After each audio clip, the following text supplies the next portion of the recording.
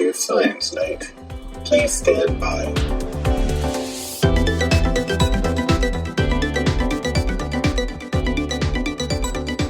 Welcome back to another edition of the Science Night podcast. My name is James, and with me, as always, is Steffi. Hey. And Jason. Hello. Tonight, we're talking about computer chemistry, Hadron happenings, and Coyote's conundrum.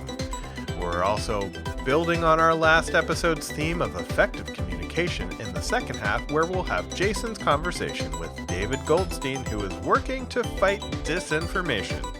But first, the news. Our first story takes us back again to the pre-Steffi era, to when Chris Goulet told us about the hotshot AI called AlphaFold that was helping to predict how proteins would fold based on their amino acid makeup.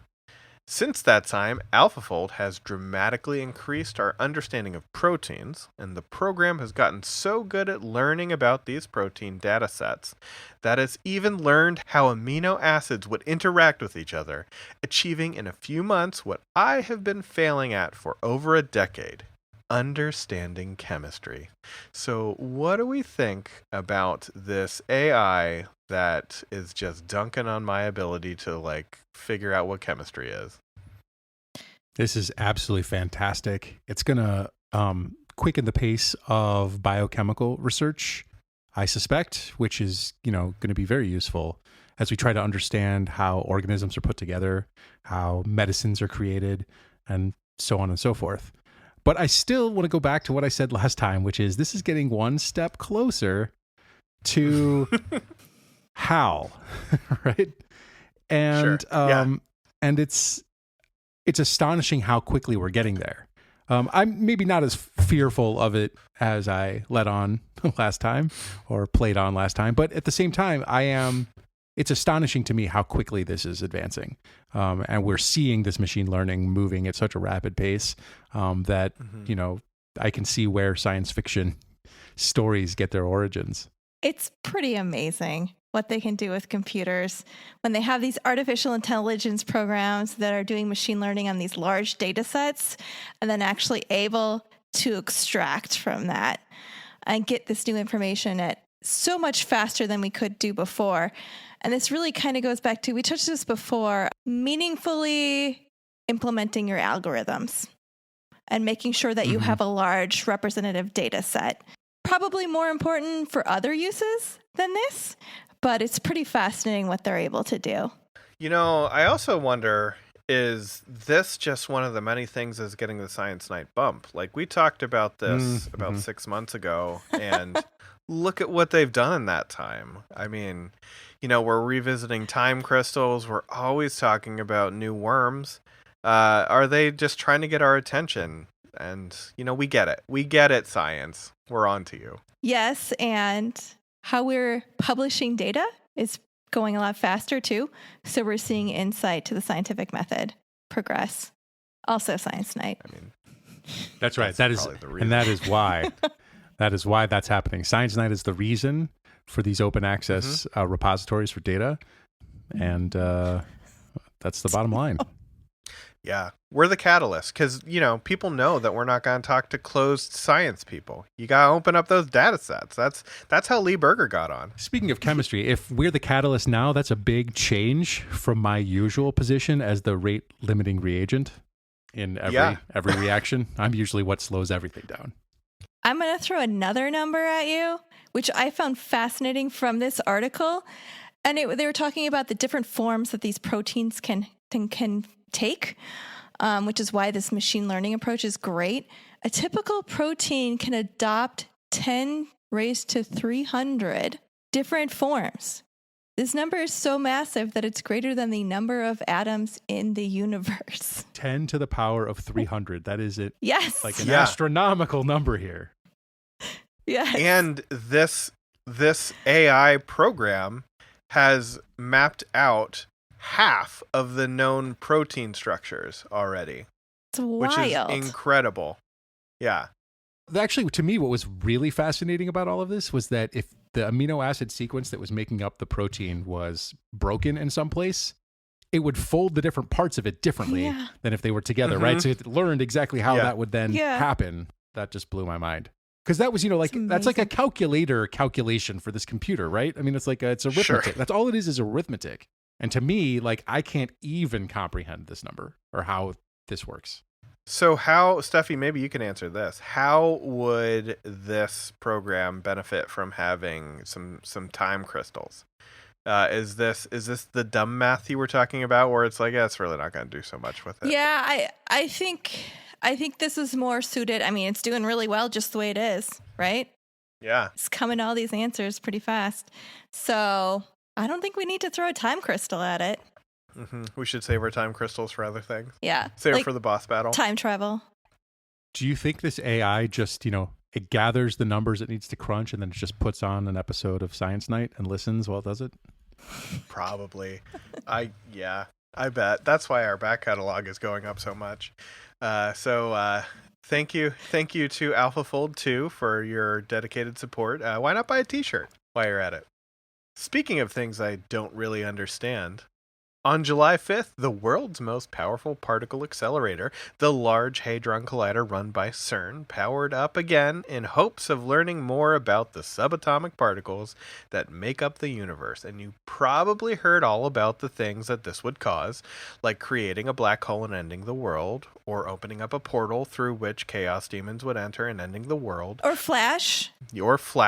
Or somehow causing Back to the Future 1 Jennifer, played by Claudia Wells, to meet up with Back to the Future 2 Jennifer, played by Elizabeth Shue, to meet and causing the space-time continuum to collapse and ending the world.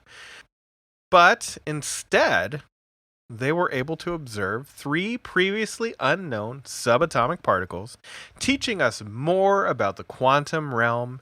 And I'm realizing now that I feel like we could have done this a lot cheaper if we just gave Paul Rudd those PIM particles and like a camcorder and had him go down and just video record what was going on down there. He gets real small in that Ant-Man movie, right?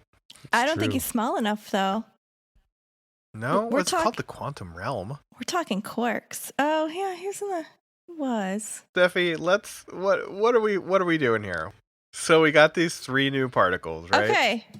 These 3 new particles, what does it mean? Let's talk about what we're usually used to. Protons and neutrons, right? In atoms that we were talking about earlier. Inside of those, what's fundamentally making up protons and neutrons are quarks. You can't break them down further than quarks. So what they were looking at in this case was you're inside a particle accelerator, accelerating these particles to really high speeds. And typically they'll use like a proton and then smash them together to see what makes up them. And that can tell us a lot about the fundamental nature of our universe and all of the forces that we interact with that interact with matter. So in this article, they're talking about new types of pentaquark particle and the first ever pair of teraquarks. So Steffi, can you help me understand quarks a little bit better? So you mentioned earlier that they are the building blocks of protons and neutrons, if I understand correctly. Is that right? Yep. Okay, good. I just want to make sure, because if that was not correct, then we can just stop the conversation, right? Since it is correct, my question is this. They have partial electrical charges. What does that mean? How can you have a partial electrical charge? Isn't a charge a charge? So this is what has always sort of held me up, and I'm hoping you can help me understand. That's a great question. Okay, when you say electrical charge, that is a very specific term that relates to the charge of a complete proton is 1 unit of charge. That's positive charge. Negative charge, is that equivalent to the electrical charge carried by an electron? That's where that comes from. It's that definition right there. So it's 1 electron, 1 proton. Yeah, I got it. Okay. Exactly. Because it requires 3 quarks, right, to build a proton, right? You're going to have 2 that have slightly positive charge and 1 that has a potentially slightly negative charge. Yeah. Yep. So you add those up to get the total charge of the particle. Got it. Okay. So you're talking electrical charge. I am. And I will say really quickly that, like, even though I understand exactly what you just said, I still just don't get this. It's like, I can't put my mind around it, right? But I mean, amazing. Right. And there are people that I talk to who can't put their mind around deep time, right? And that's something I'm very comfortable with, right? Talk about 65 million years ago, I have a certain picture in my mind that's different than if we talk about like 300 million years ago, which is a different picture in my mind, right? And for some people, it's all the same thing. This is all the same thing, right? It's just we're talking about electrical charge soup here for me. Yeah. So that when you talk about electrical charges, the interaction between protons and electrons, that's like the electromagnetic force, right? Between those particles, right? And I hinted at this where it kind of tells you about maybe more about the fundamental forces or interactions of nature. Quarks also have what's called color charge. Ooh, do tell. What does that mean? Yes, it's not an actual color, but color charge, the strong nuclear force connects the positive and negative color charge. So like positive and negative electrical charge is related to the electromagnetic force. The color charge of quarks connects the strong nuclear force, which is what binds the proton, the nucleus together. So it's really like listening to baseball on the radio, where you have the play-by-play announcer that really kind of tells you how things are behaving, Yes. and the color commentary, which holds the whole story together. There you go.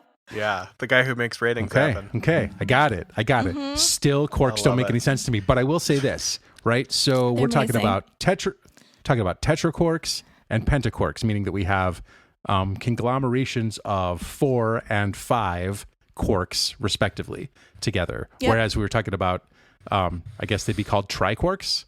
We're talking about protons and electrons and that kind of stuff.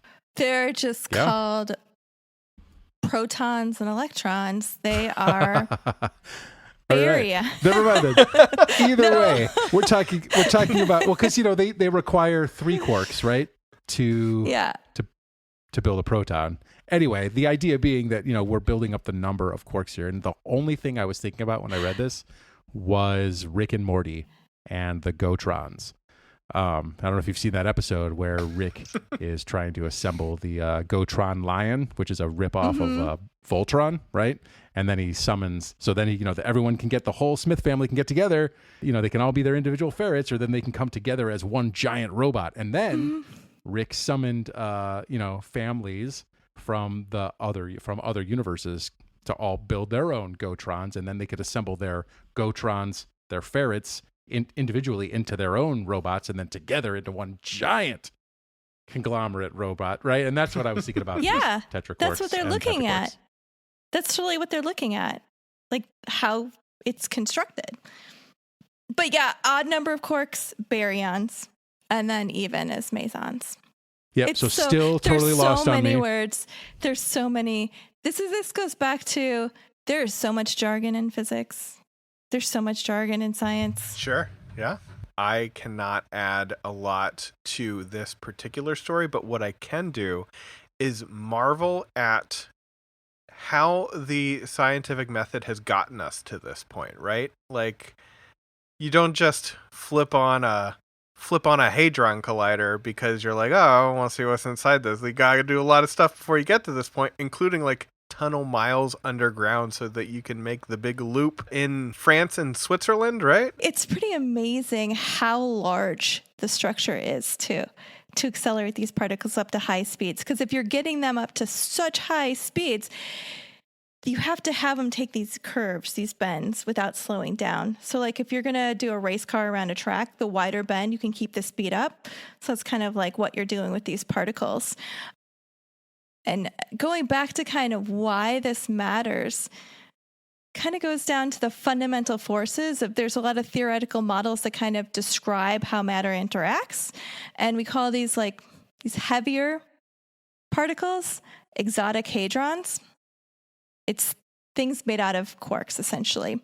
And they're usually described as single units of tightly bound quarks, and other models envision them as like pairs of standard hadrons loosely bound in a molecule-like structure.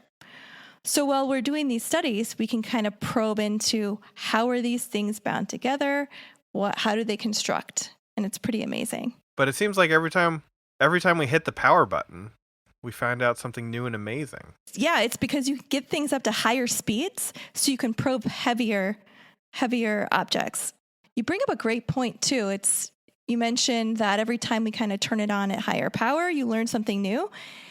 I was looking at more into how many tetraquarks and pentaquarks have they actually discovered, because there's been several of them.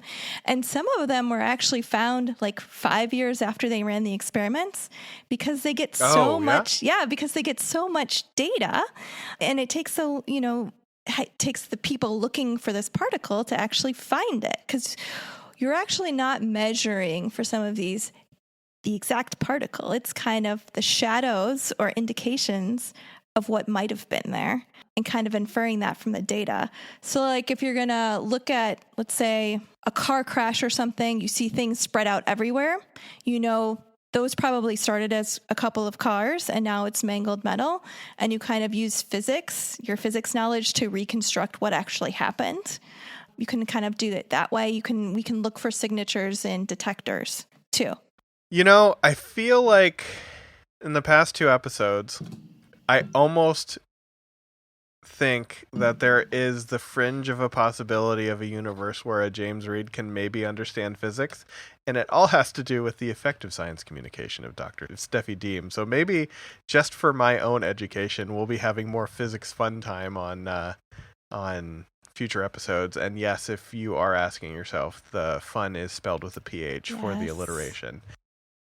Well, let's move from quarks to bones with our next story. And instead of like a full intro, I'm just going to ask my good friend Jason Organ about some hypotheticals to kind of bring us into our next story. Jason, what would you say if I were to tell you I found a very large, potentially primate skull in the Canadian wilderness? I would wonder who dropped a cast or a toy. Okay. Well, what if I told you I removed the skull from its surroundings despite having no field training or a background in archaeology, paleontology, or biology? Well, my first inclination would still be it's a toy.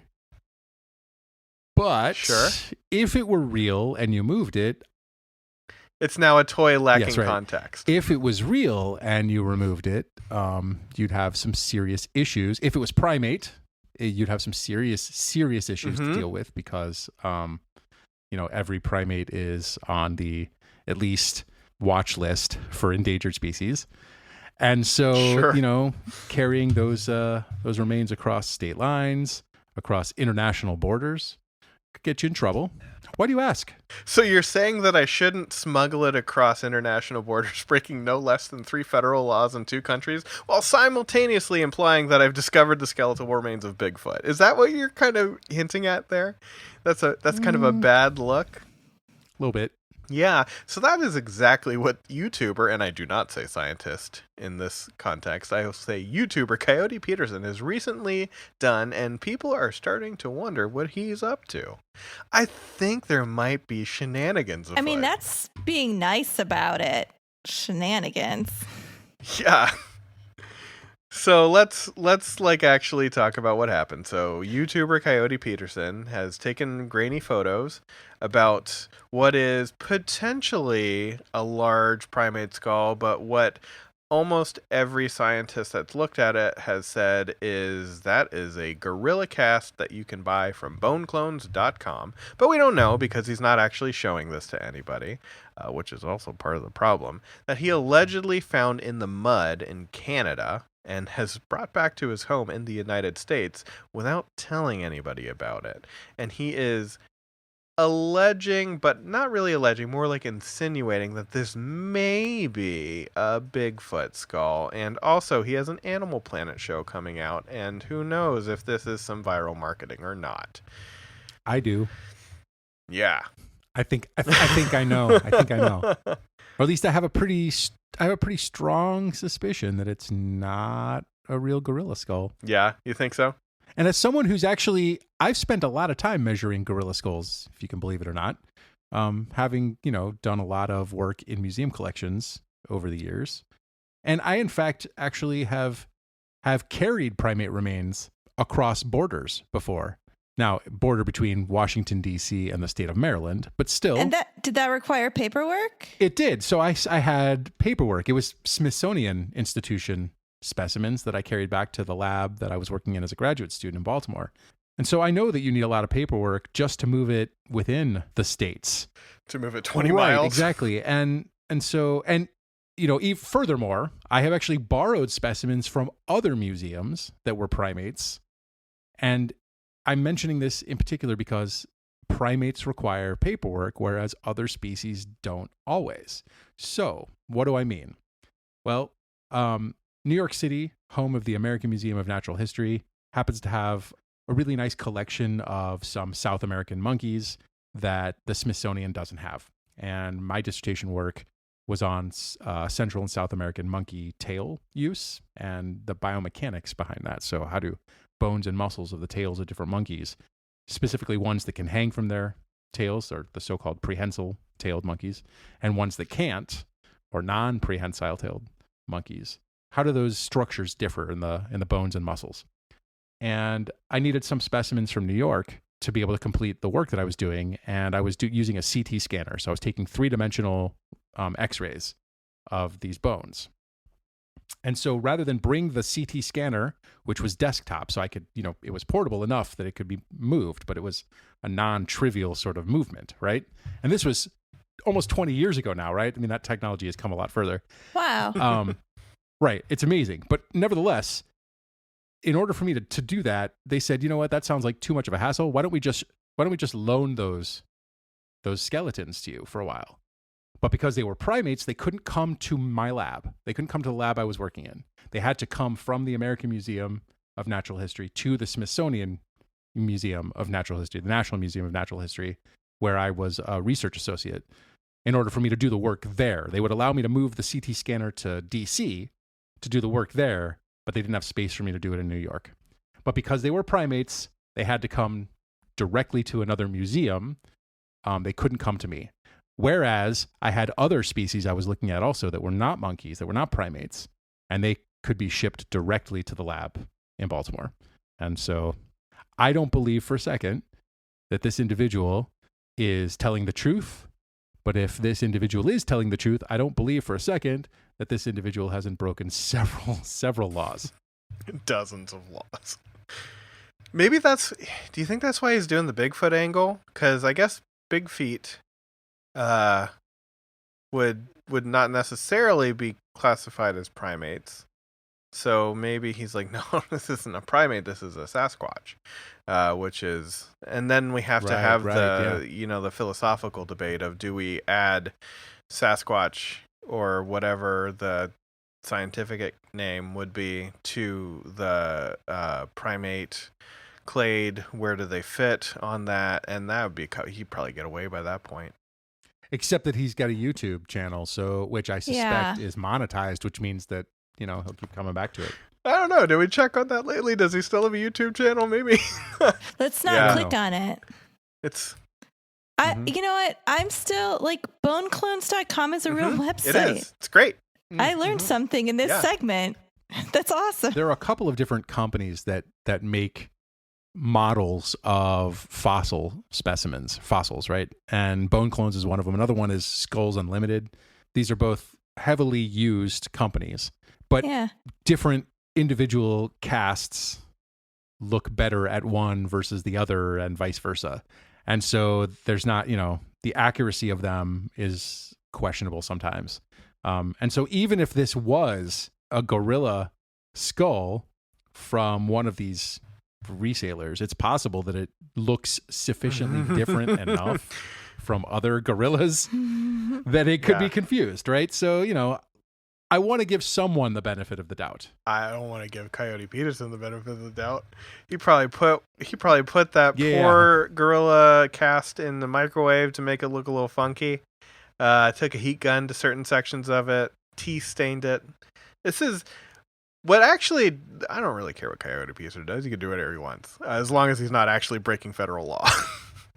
But if he just put a cast of a gorilla skull in mud and is trying to make people think it's Sasquatch, whatever. It's a bad thing to do. It's really dumb. But he's probably just marketing his Anal Planet show. What this is actually doing is having a very high profile person making it seem okay to just pull stuff out of the ground and that's not always a good thing, especially if somebody were to find a primate skull somewhere and just travels with it. Because Coyote Peterson told him it was cool. Let's be clear. We actually do pull primate skulls. Not me, but paleontologists pull primate skulls out of the rock in North America every year.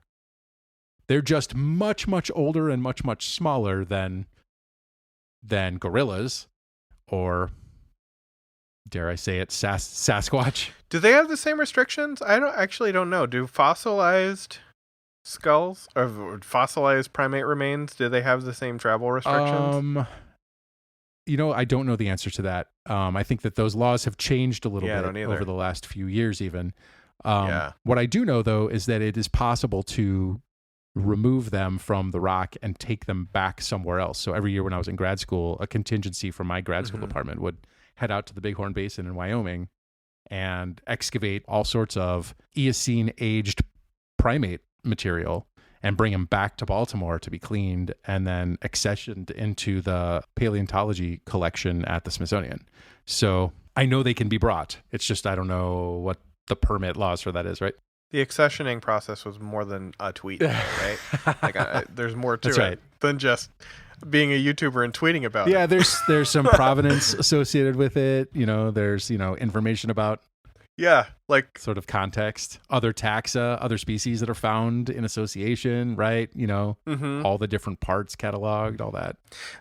Maybe we should talk really quickly about archaeological paleontology, context in a dig site. Can you've done some field work and can probably talk a little bit about what that is and why it's important? Well, yeah. So, one of the things that needs to be understood, which science generally writ large doesn't understand, that paleontological sciences or archaeological sciences, which are historic sciences, which is fundamentally different than the ahistoric sciences that Steffi's doing, for example, where she's, studying fusion reactions, right? There's not a deep time element to that, right? Presumably, the law of uniformitarianism here would predict that fusion reactions happen the same now as they did 3 million years ago, or something along those lines. We have to operate under that assumption still. That said, whenever you take a fossil or an archaeological artifact out of the ground, you are destroying the data set. And so everything has to be cataloged very specifically and mapped very specifically, so that way each individual piece that is removed can be reassembled in 3D space visually somewhere, whether that's in a 3D model or 2D maps that are, superimposed on each other so that you can get a three-dimensional sense of what's going on, but in different layers. It's just very different. So things are mapped very precisely so that can be reconstructed later, because every time you excavate, you destroy what you're actually trying to preserve. So this actually goes back to what Lee Berger was saying about the caves, right? Exactly. Yeah. So he was saying, in our conversation, he said something along the lines of, there are plenty of fossils still down in the Dinaledi cave, right, in the chamber. And maybe he'll go down after them sometime, or maybe he won't. Maybe he'll wait for someone else to do it, or maybe no one will ever do it. And that's because every time you go down there, you're actually destroying the record you're trying to preserve. And maybe at this point in our advancement in that field, we don't have the technology to make some new discovery about those fossils, but maybe 15 years, 20 years from now, with that site still intact, we'll have better capabilities to understand the context of everything. And if we save it for then, we might be better off. Yeah. We also talked about the asteroid chunks that came back. They're saving a bunch of it for posterity so they don't got to go up and get more asteroid chunks. They're just being... I guess we should also kind of define what uniformitarianism is, because that was a big jargony word that we threw out. And it just means... Yeah, it just means that stuff happens now the way it did back then. Charles Lyell told us all about it. Absolutely. Charles, well done with the Charles Lyell. Yeah. That's right. He is buried in Westminster Abbey. It was pretty cool because I got to see both Chuck Lyell and Chuck Darwin in the same little place when I took a visit there with my family a few years ago. But yes, the law of uniformitarianism is sort of the idea upon which all of these historic sciences is built. And that is that reactions happen now the same way they did in previous times. And that's why we can understand sort of what is old and what is not, right? Yeah. It's like a groundbreaking thing. I talked about it at length when I was on History's B-Side podcast and talking about Alfred Wallace. So why not go back and listen to that episode? Throw History's B-Side some downloads too. They'd love to have you. But I think this story kind of shows us how quickly misinformation and disinformation can really take hold of the public's imagination, because everyone's talking about Bigfoot in Canada now, and no one's talking about the laws that could potentially be broken if it wasn't just a cast of a gorilla. But I'll stop talking about that right now. And I think our guest, David Goldstein, is trying to help. It's a big job, but do what you can. We'll have that conversation in just a minute, but first, a message from another podcast I think you'll enjoy. Hi friends, Cameron here. I host a bi-weekly podcast called Nature is Gay that explores themes of sex and sexuality and gender expression across the natural world. We talk about pseudocopulation and sociosexual behaviors, asexual reproduction, in plants and animals and fungi and every little thing in between. It's a great time. I'm a little biased, but I think you should check it out. That's Nature is Gay, available wherever you get podcasts.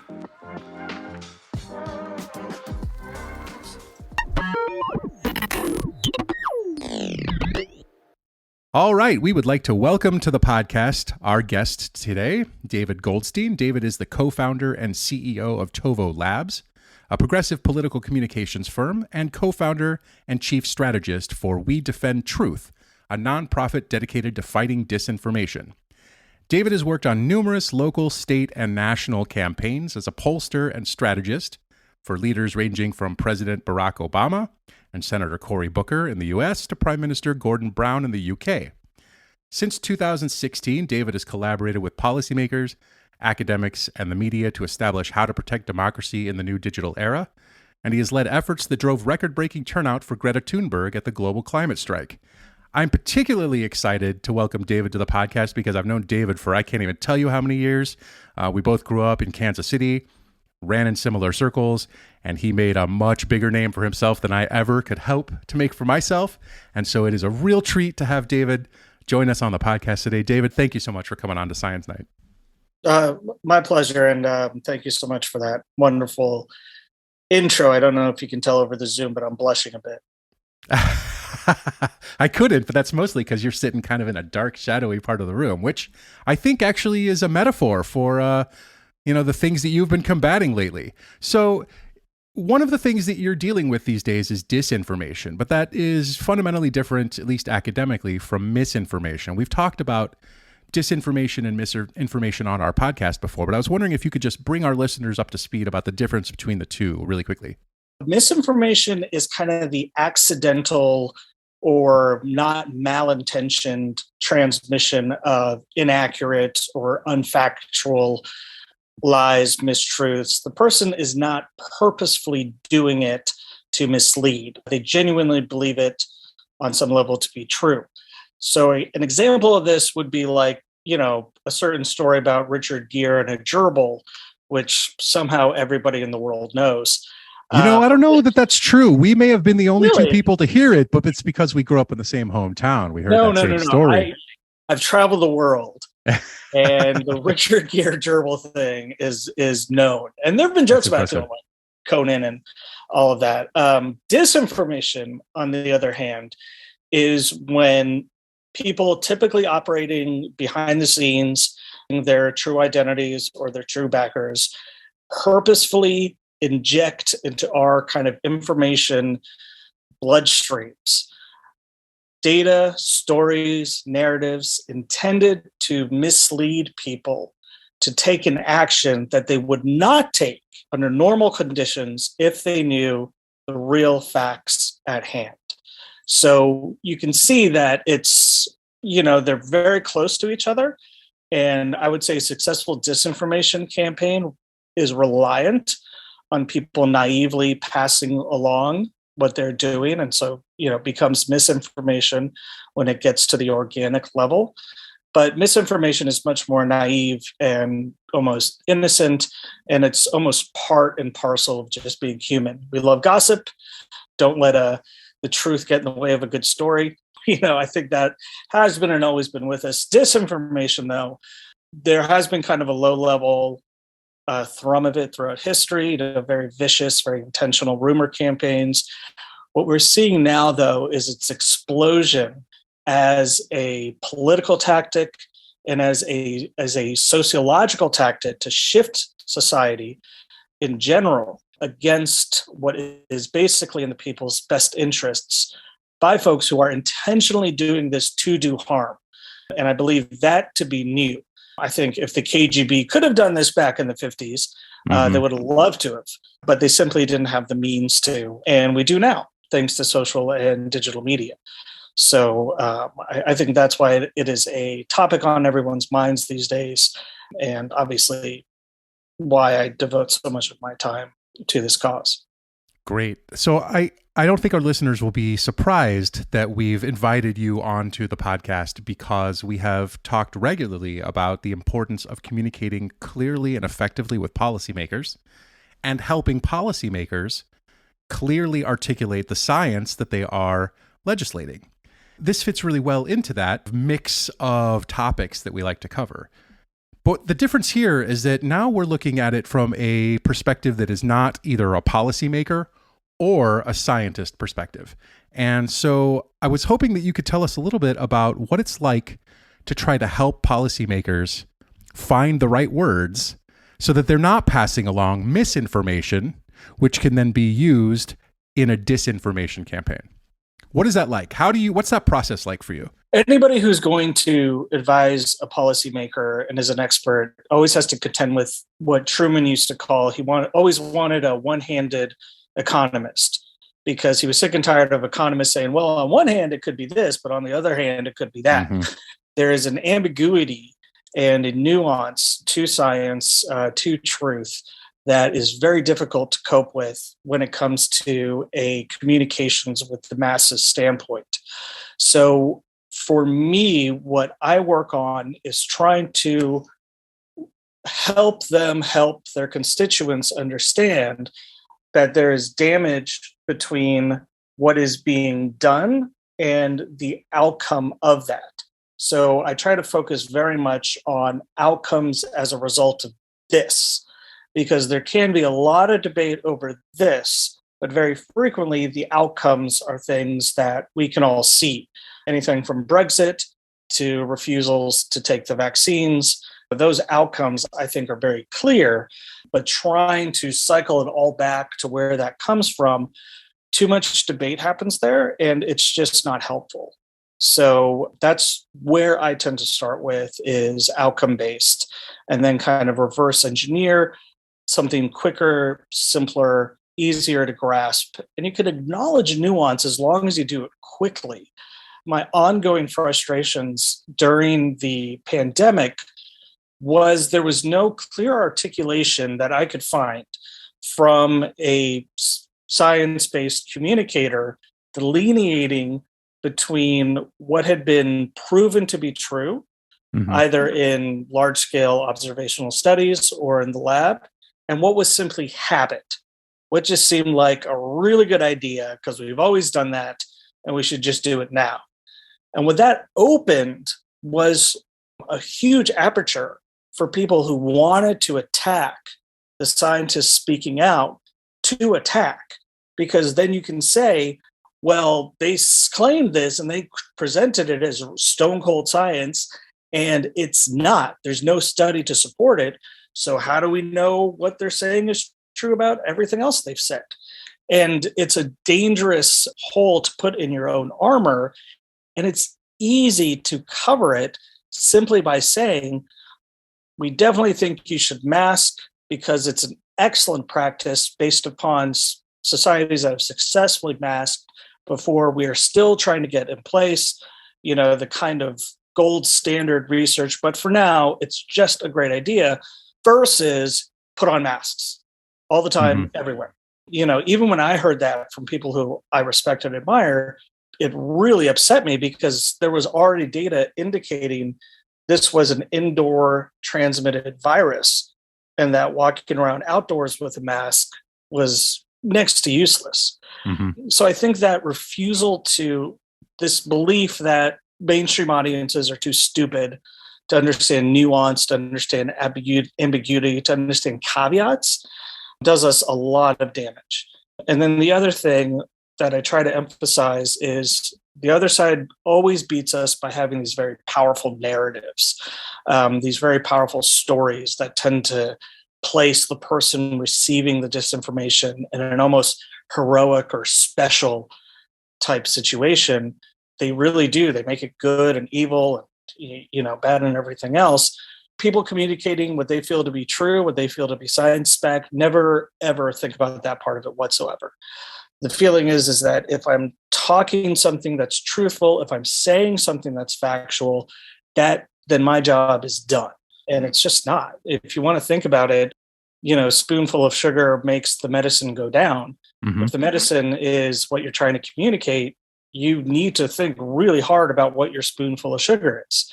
The disinformation guys, you could almost say all they try and figure out is the spoonful of sugar, right? And what they've discovered is you can basically get a person, to continue the horrible analogy, to basically eat a turd as long as you've got the right concoction of sugar wrapped around it. You actually raise a couple of really important points that I want to tie back into science for a second. And the first is this idea of storytelling. You say their side, right? We're referring here to the conservative side of the political spectrum. They always tell great stories, and those riveting stories are the reason that they're able to get so many people to buy into what they say. And that's because they're harnessing something that is a human ubiquitous trait. It is present in every single human society. Storytelling is, because our brains are uniquely adapted to understand it. That's one of the ways we've passed down our history. And so you're absolutely right. This side, the other side, doesn't tell good stories. They try to use what we call the information deficit model of communication. Basically saying that if someone doesn't have the best information or the right information, if we provide them with better information or the right information, they'll use that to make better decisions. We know that doesn't work. We absolutely know it doesn't work. One really good place you can look at is in my mirror when I look in the morning and I look at myself and I say, you know what? I know what I need to do to not look this way. I know what I need to eat. I know that I need to exercise, but I could always find a reason not to do what I need to do because my brain can concoct a way to get me out of it. It's not that I need better information to make the right choices. I need the better motivation to make the right choices. And that is what the other side, as you call it, has been really effective at doing. The other point I actually want to sort of continue down with was this idea of nuance. That the public can understand nuance, but we don't give them an opportunity to do it.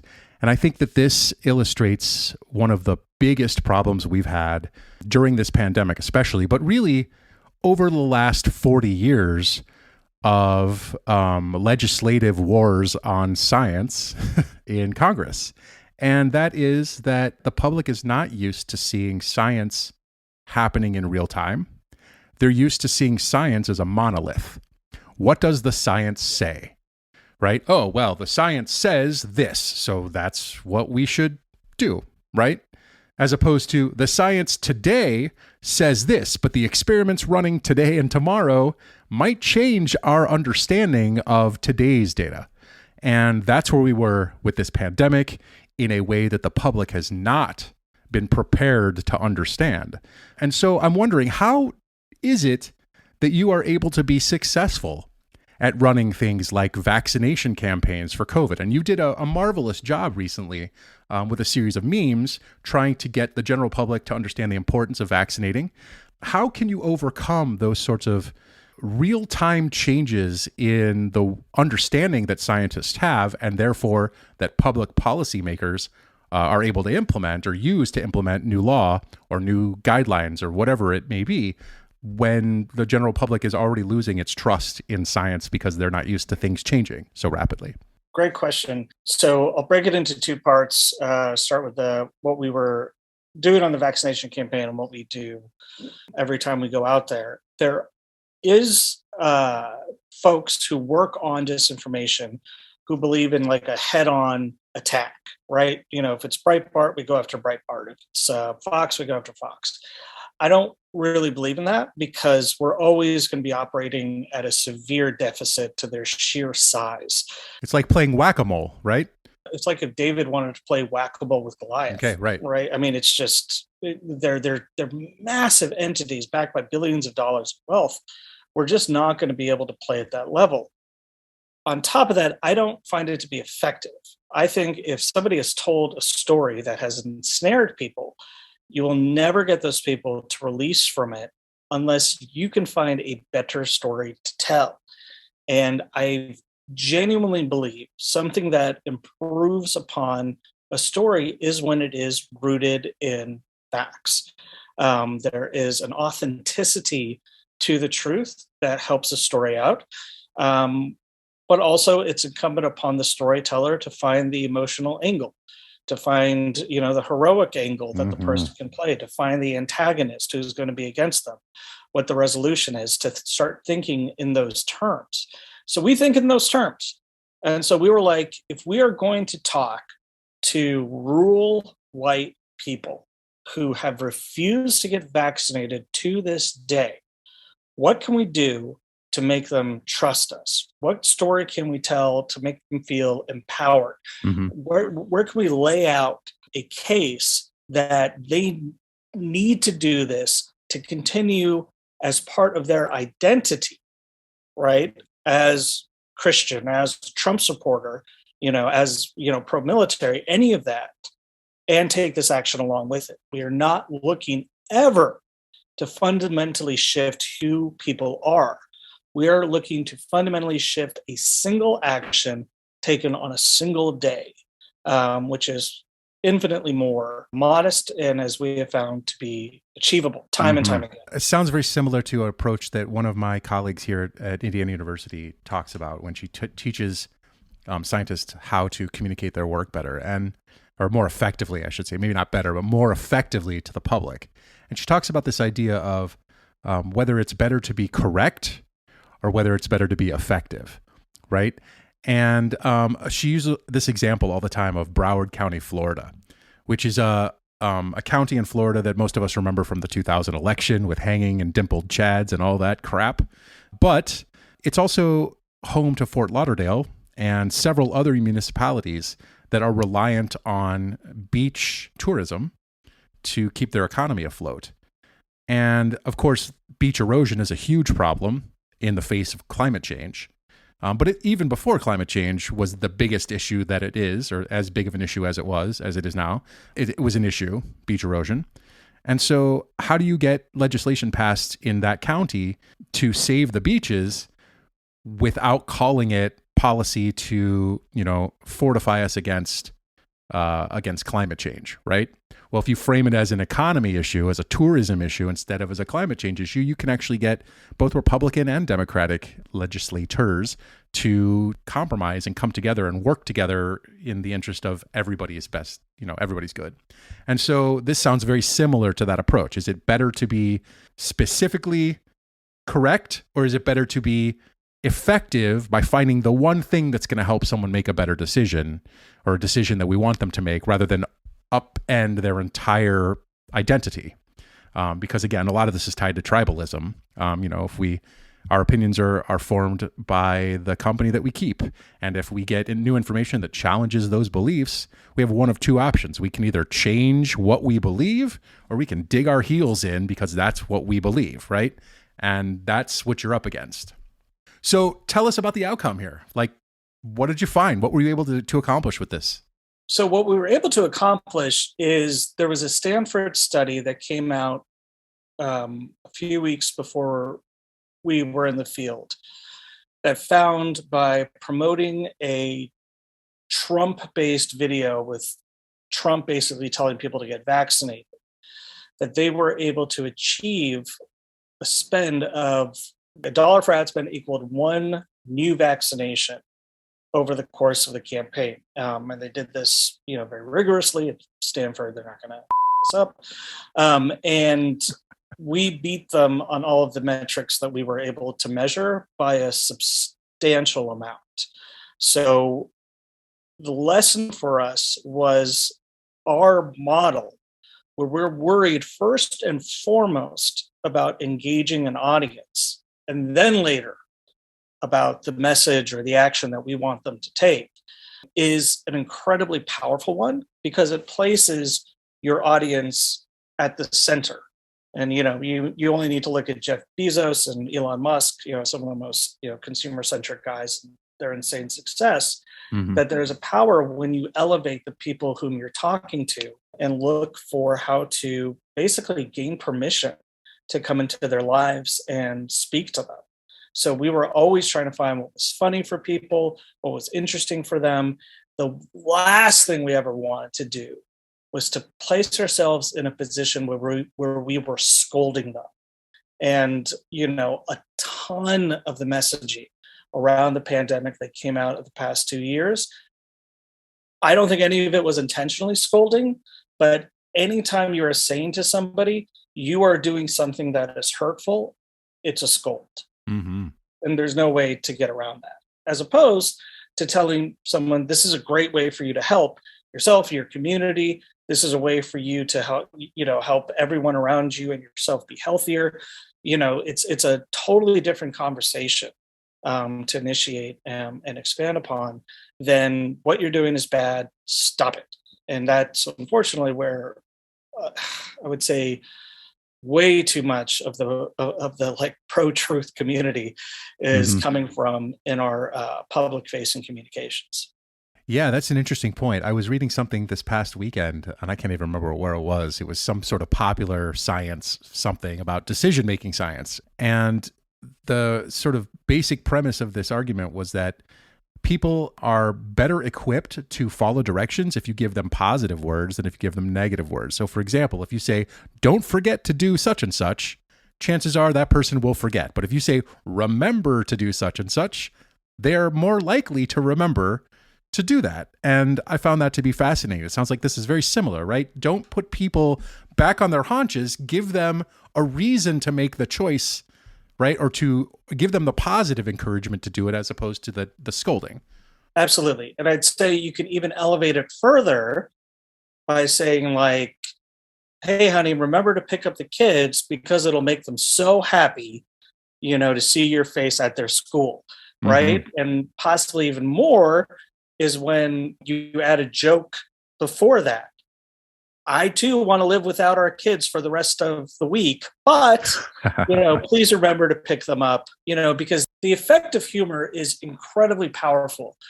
My personal hypothesis is that humor communicates in-group, out-group in a very powerful instinctual way. If you laugh at something that somebody else says, I think they register immediately as in-group. And I think that if you say something that is intended to be funny but makes somebody feel bad, that establishes out-group. So what happens as soon as you hear something from an in-group member is all of your mental defenses come down, right? And you're completely open to what comes next because instinctually, we desperately needed to know what the rest of the in-group was saying. Like if someone had just seen a lion over the hill, hell, we needed to know that. I think it's understudied the power that humor can play and other things like what we've talked about before, storytelling. And the other thing is like about humor, you don't have to be that funny, which is what a lot of people struggle with. They want like professional comedy humors, but it's almost just making the attempt to make somebody laugh. They just appreciate that.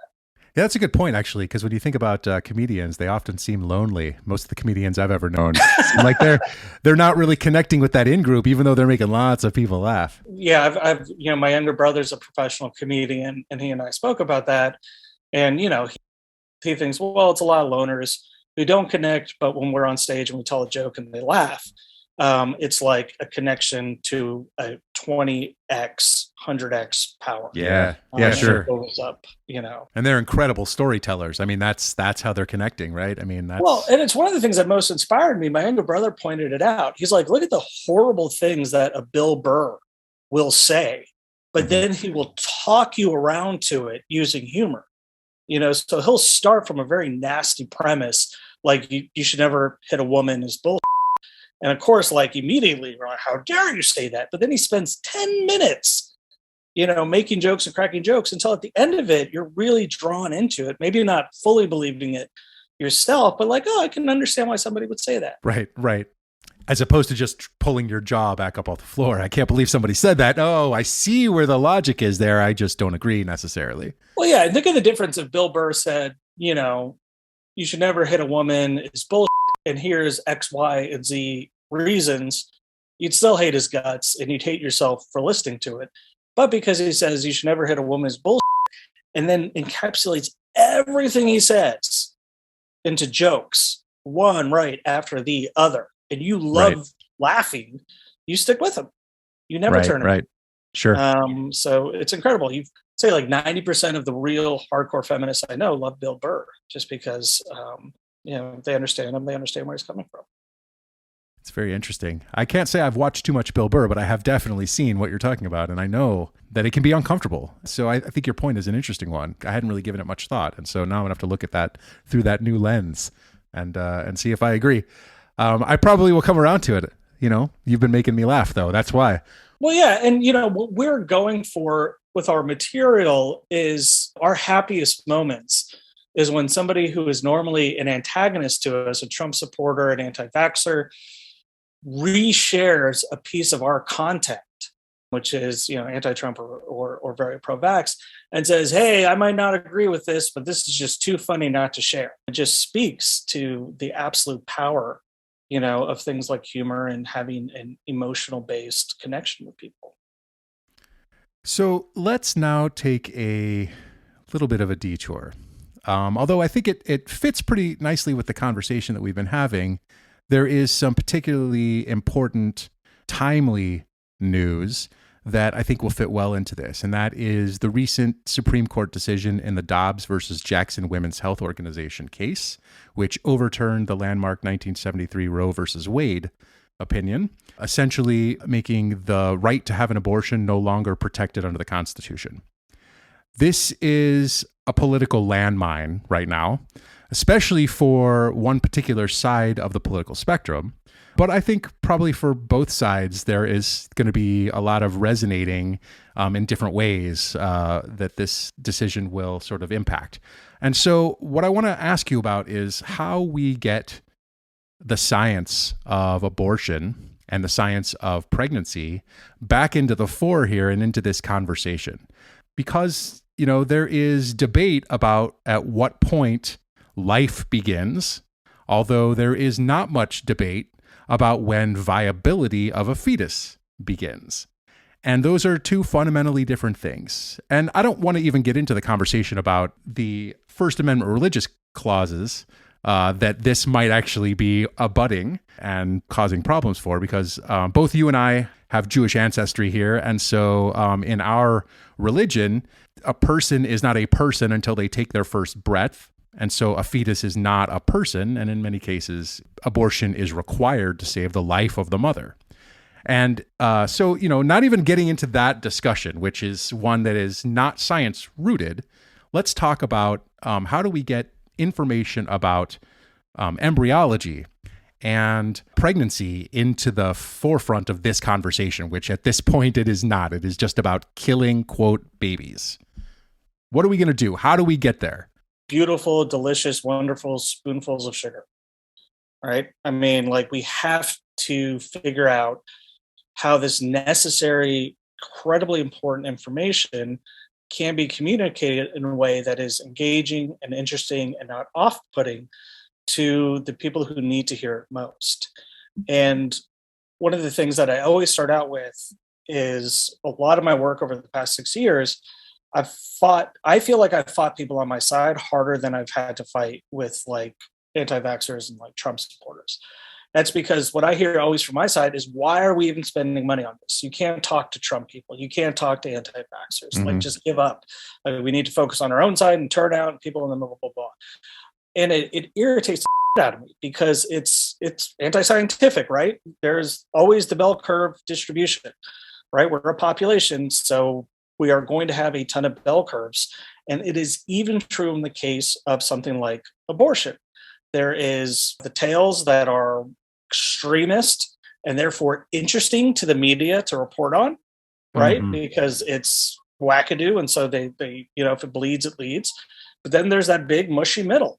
And it's finding and isolating those people, speaking to them and bringing them. You either want to find the folks you can bring over or the folks you can at least neutralize and have them step out of the fight. Like that's almost just as powerful as winning a vote, is getting somebody just not to vote for the side that you're fighting against. Mhm. And so once we accept that the facts that are life and death to us still require spoonfuls of sugar, which means like humility on our part, attention to what the other side feels, right? Until we acknowledge that our life and death is not theirs, right? And it's almost like not even in their day-to-day lives, and find a way to bring what's crucial to us to them in a way that they will open their ears and listen, will always fail. Will always fail. It's doomed to fail. I think that if they're the smart folks over the next few months are going to be the ones concentrating on how do I get what is in my heart, what I'm most terrified of? How do I get that to be at least nominally important, right? Or at least inside the heads in a positive way of people who are dangerously close to my actual antagonists. And there's always going to be people you cannot reach, always, right? But that's Sure. got to think of the tail. There's so many more who you can reach just by being authentic, being humble, and approaching it with things like love and humor and compassion for that other side. I think the folks who are going to be ineffective are going to be the ones who are only angry. And look, I say this as a Jew who believes in communicating with Nazis, that, anger has its purposes. And I think if you're talking to your own side and you want your own side to come out and vote, anger and rage can be great. Sure. But when you're talking about the middle and the folks on the other side, if you have any interest in pulling them over, and you've got to open your heart up, open your brain up, and figure out what they need to hear in order to hear what you need them to hear. So I'm hearing almost a positive sort of spin on this, right? Some optimism in your voice. Is that misplaced? Am I misunderstanding that? Or do you have some optimism? Every single campaign I've run since Trump has been successful.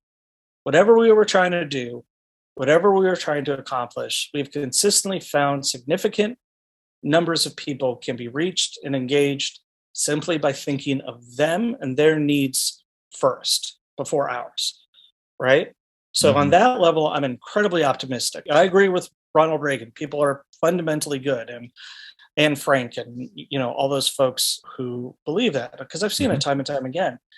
What I'm not optimistic about is the machines that the disinfo people have behind them compared to what folks who are trying to push the truth out have behind us. It is billions and billions of dollars now. It is state actors, it is intelligence agencies in foreign countries basically throwing everything at us to undermine us using these lies. And what we are hoping, and what I'm hoping, is that we get enough funding for the truth to take its, to me, its natural spot as the victor in that fight. Sure. This has been a really interesting conversation, David. I'm really grateful that you have come onto the Science Night podcast to talk about this with us today. I did want to ask you one sort of standard set of questions that we typically ask everyone, but I didn't have a good way to fit this in because everything you had to say was so timely and so just so timely for right now that I didn't want to start with it. I didn't want to lead with it. But if someone was interested in getting into this line of work, how did you come to this place? How did you get where you are? What was your path? I worked in politics and basically how to talk about policy to voters in a way that was persuasive to them. I just noticed at a certain point in 2016, there was too much thought in going into what to say and too little thought going into what and how they're hearing it. Mm-hmm. And by not thinking at all about how information is absorbed by voters, like all of the other work I was doing was worthless, was absolutely worthless. So that's where I kind of pivoted over to. And to be honest, like, unfortunately, I'm still kind of fighting an uphill fight. I have a fantastic partner with the nonprofit, with Yatsenyuk Green, who's a world-class communications. But I think that for the most part, people, are creatures of habit, and they want to stick with, if I find the right message, it's really not that, man. It's like, how are they going to hear it? If you're not in their digital feeds, if you're not on their TVs, having the most perfect message in the world doesn't mean squat. So this is interesting, actually, because there's been some research over the last few years that has shown that there's sort of, not surprisingly, two Americas. And those two Americas are split with where they get their information. So in the top quartile, for example, of folks who understand science, they're getting their news from the internet or from the print versions of those internet web resources like the New York Times, Washington Post, major daily newspapers. Whereas the other America, the one that is in the bottom quartile of literacy and science, is getting most of their news from cable TV. And so how do we reach the folks that we need to reach when they're not reading, they're getting the same information from the same sources, when in fact being able to be empathetic with them or find empathy with them is rooted in how we get in touch with them, right? I mean, where are you finding them? So how do you expect to be able to do that? I think we do ourselves a disservice by not accepting invitations to talk on Fox News. And then we're not good strategists when we forget the fact that the internet is an ad-based system. Mm-hmm. So all of these guys, Breitbart, FoxNews.com, OANN, all of them sell ad inventory on their platforms to the highest bidder. Same with Facebook, same with Twitter, same with TikTok, right? So you can go to any of these and say, I want to talk to these guys. And they'll tell you, okay, you need to spend this much money, and you do, and you have that conversation with them. It's really just that simple. And we don't do anything with that completely open resource to us. And it's continually shocking to me. I mean, just a quick story. I know OANN, this crazy extremist, right? Like, make Fox look like MSNBC. They approached leading Democratic organizations in 2020 and said, if you guys want to buy ad inventory on our sites and even on our TV channel, we'll sell it to you. And one of my contacts who got that said he was shocked. I was like, I'm not, because they know we can't do anything with it, because they know we'll just come across as lefty douchebags and turn off, Right. But it was first of all a huge instructional lesson for me on how open these systems are, albeit for money, but still they are open. And then two, how little time and effort to our detriment we put into how to really successfully optimize and utilize these openings. But they're there. This has been really interesting, David. Again, thank you so much for coming on to the podcast today.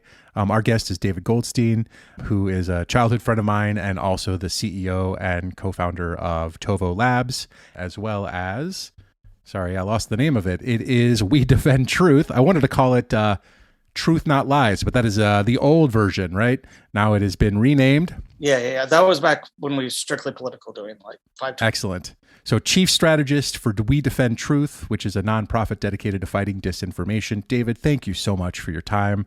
We are really grateful. We'd love to have you come back sometime. My pleasure. And thank you, Jason, so much for having me on the show. One last question. Where can our listeners find you on social media? Twitter, I don't use it much, but it's at davidkgoldstein.com. Anybody of good meaning and intent is free to find me on Facebook, where I tend to post more of my thoughts because it's to my private group.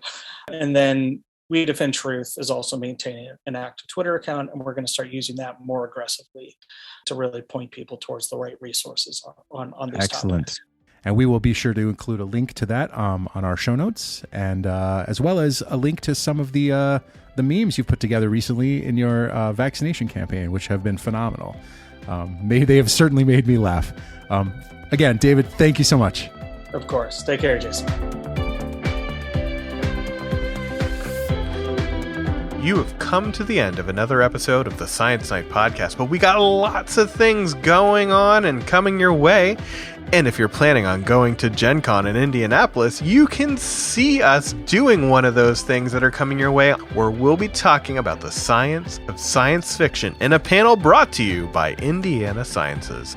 You can find out more about how to get tickets at our website, which is scinight.com. It's right on the front page under Coming Events. And we'll also be talking about it on social media, so you should probably follow us. If you want to follow me, I am at James_Reed3, and I promise I'll talk about Gen Con stuff and not just the Philadelphia Phillies and how they're all breaking their hands. Steffi, where can everybody find you? You can find me on Twitter at SteffiDeem or on Instagram at Starshippin'. And Jason, where can everybody find you?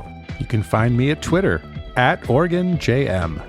Follow the podcast at Science Night 1 and be sure to check out our website, scinight.com, for past episodes, links to the stories we cover and the people we talk to, upcoming live events, and of course, our merch. We'll be back in 2 weeks with another episode, but until then, have a great night.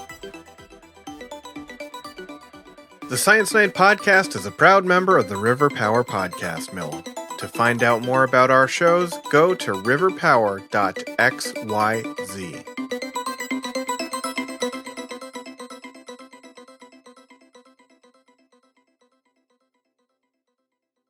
3, 2, 3, 2, 1. You forgot. That was too delayed. It's not that I could forgot. Delayed. It's that I said 2 when I meant to say 3. And then I'm like, 3, 2. Yeah, it was bad.